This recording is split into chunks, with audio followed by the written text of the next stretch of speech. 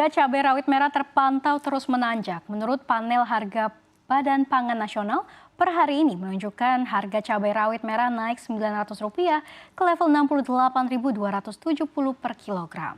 Menanggapi hal tersebut, Badan Pangan Nasional atau Bappenas meminta masyarakat menanam cabai sendiri.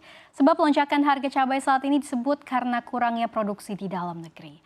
Menurut pelaksana tugas Sekretaris Utama Bappenas, Sarwo Edi, saat ini Bappenas menyarankan sektor pertanian untuk menanam membagikan benih cabai ke masyarakat agar dia menanam di pot-pot pekarangan. Sejumlah komoditi bumbu dapur kembali mengalami kenaikan harga, seperti yang terjadi di Pasar Songgolangit, Kabupaten Ponorogo, Jawa Timur. Harga cabai keriting dan cabai merah besar yang semula di kisaran Rp30.000 per kilogram, kini menjadi Rp35.000 per kilogram. Harga paling tinggi dialami oleh cabai rawit. Harga cabai rawit tembus hingga Rp80.000 per kilogram. Tak hanya harga dari berbagai jenis cabai yang mengalami kenaikan, harga bawang putih juga mengalami kenaikan. Semula Rp32.000 per kilogram, kini menjadi Rp34.000 atau naik Rp2.000 per kilogram. Akibatnya, kini sejumlah pembeli terpaksa mengurangi jumlah pembelian mereka. Memasuki kemarau panjang, harga bumbu dapur mendadak naik di Pasar Tradisional Baru, Kabupaten Tuban, Jawa Timur. Kenaikan tertinggi terjadi pada komoditas cabai merah akibat minimnya stok dari petani.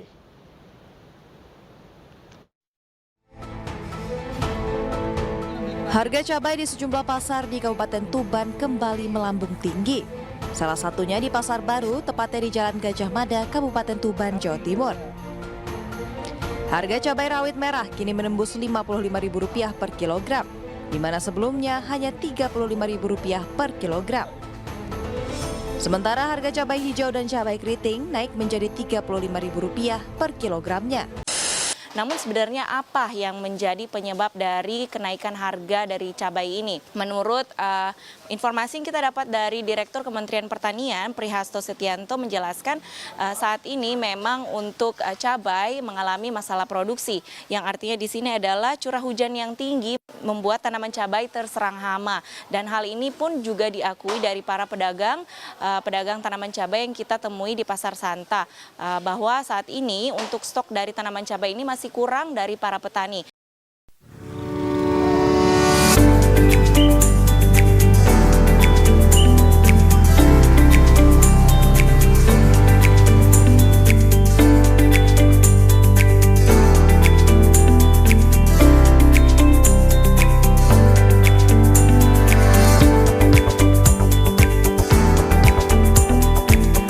Cabai merupakan salah satu komoditas hortikultura yang paling banyak dimanfaatkan sebagai bumbu dalam berbagai jenis makanan khas Nusantara. Meski bukan bahan pangan utama, cabai merupakan salah satu produk yang paling banyak dicari di pasaran karena rasa pedas sudah sangat melekat di lidah masyarakat Indonesia.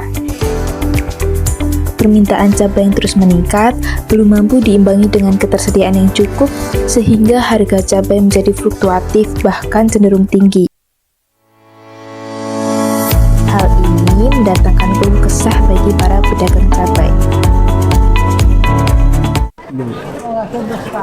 Saya Ibu Samini dari Boyolali, jualan cabai dan semuanya kering-keringan bumbu pawon gitu ya. Umur saya 56.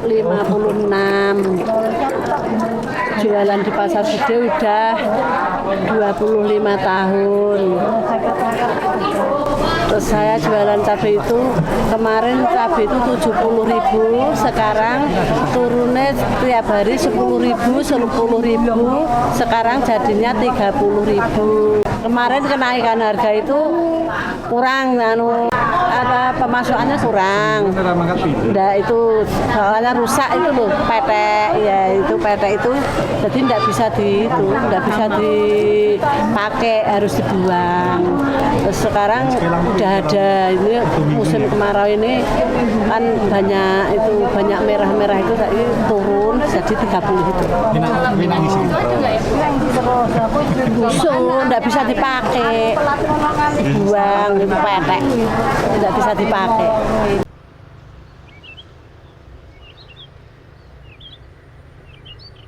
Cabai merupakan salah satu komoditas yang banyak dibudidayakan oleh petani di Indonesia. Akan tetapi, produksi komoditas ini ternyata cenderung mengalami penurunan pada setiap tahunnya. Menurut data dari Badan Pusat Statistik tahun 2024, produksi cabai rawit di Indonesia mengalami penurunan sebesar 37.679 ton, terhitung sejak tahun 2022 hingga tahun 2023. Budidaya cabai di Indonesia memiliki beberapa kendala, di antaranya tidak menentunya cuaca, tingkat kesuburan tanah yang rendah, serta kendala utamanya yaitu pada serangan hama dan penyakit pada tanaman cabai. Assalamualaikum warahmatullahi wabarakatuh. Perkenalkan, nama saya Dian sebagai pemilik lahan cabai di Desa Jati, Karanganyar. Nah, kendala yang saya alami selama ini sebagai petani pemula, saya kurang mengenal jenis-jenis hama yang menyerang tanaman seperti tungau atau trips, ciri-cirinya bagaimana, terus obatnya apa, golongan berapa yang harus dipakai, dan kemudian termasuk jamur untuk fusarium atau bakteri. Nah, itu kalau ada dari teman-teman pemerhati pertanian menciptakan aplikasi yang memudahkan petani, maka itu akan sangat membantu kami sebagai petani pemula. Sebagai agent of change, mahasiswa memiliki peran strategis dalam mendorong kemajuan sektor pertanian. Mahasiswa dapat berperan sebagai peneliti muda yang mengembangkan metode pertanian dengan lebih efisien. Mahasiswa juga berperan sebagai motor penggerak dalam pengembangan inovasi dan teknologi dengan menciptakan alat pertanian modern atau sebuah aplikasi yang nantinya dapat membantu petani dalam mengelola usaha tani mereka. Saya Yusran Mustamiin dari Agroteknologi Fakultas Pertanian Universitas 11 Maret Surakarta. Sebagai mahasiswa, saya sangat percaya bahwa kami memiliki peran yang sangat penting dalam pengembangan teknologi dan inovasi di Indonesia. Saya melihat bahwa petani di Indonesia kurang memahami bagaimana pemanfaatan teknologi dalam bidang pertanian. Padahal, dengan penggunaan teknologi di bidang pertanian, petani dapat meningkatkan produktivitas dan efektivitas dalam bidang pertanian.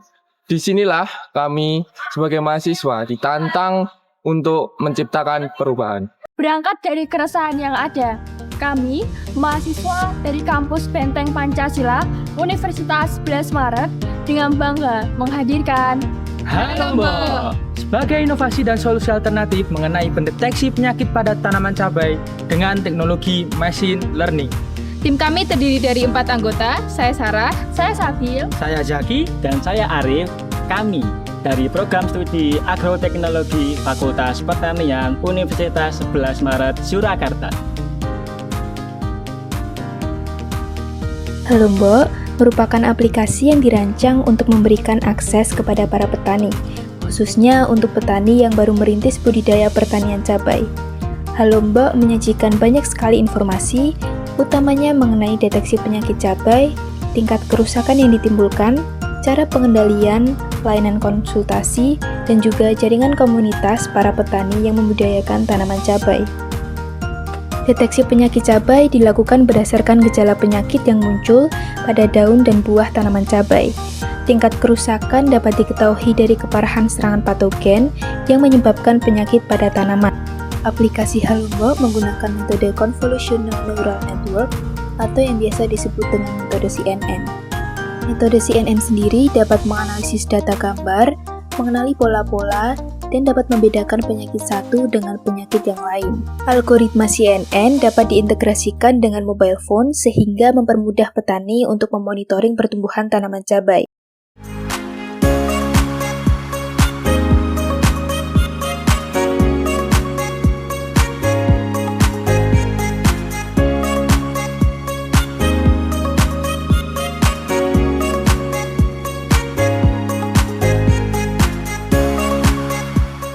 Jadi cabai itu kan termasuk ke dalam kelompok hortikultura itu ya, hortikultura. Nah, hortikultura ini banyak yang dibudidaya secara intensif begitu ya. Kemudian di sisi lain ini banyak OPT-nya ya. OPT-nya itu banyak, termasuk di dalamnya adalah penyakitnya begitu. Nah, kemudian terkait dengan rencana kalian yang mau membuat alat diagnosis itu tadi, bahwa sebenarnya penyakit itu terjadi di dalamnya, yaitu proses fisiologis itu di dalam tanaman begitu, tetapi bisa kelihatan atau terekspresi dari sesuatu yang bisa kita lihat yang kemudian disebut gejala, ya, sehingga kita sebenarnya bisa mulai melakukan diagnosis itu berawal dari gejalanya. Jadi bisa istilah in situ gitu ya, diagnosis in situ. Jadi kita tidak perlu berpikir panjang lebar ya, langsung alatnya disekenkan ya, mungkin ke daun gitu ya, kemudian nanti akan ketahuan, ini langsung connect ke web gitu, ini penyakitnya ini, nanti pengendaliannya seperti ini. Kami dari Universitas 11 Maret Surakarta siap untuk berkompetisi dalam acara Lomba Esai Nasional Fakultas 6. Sampai jumpa di Lombok.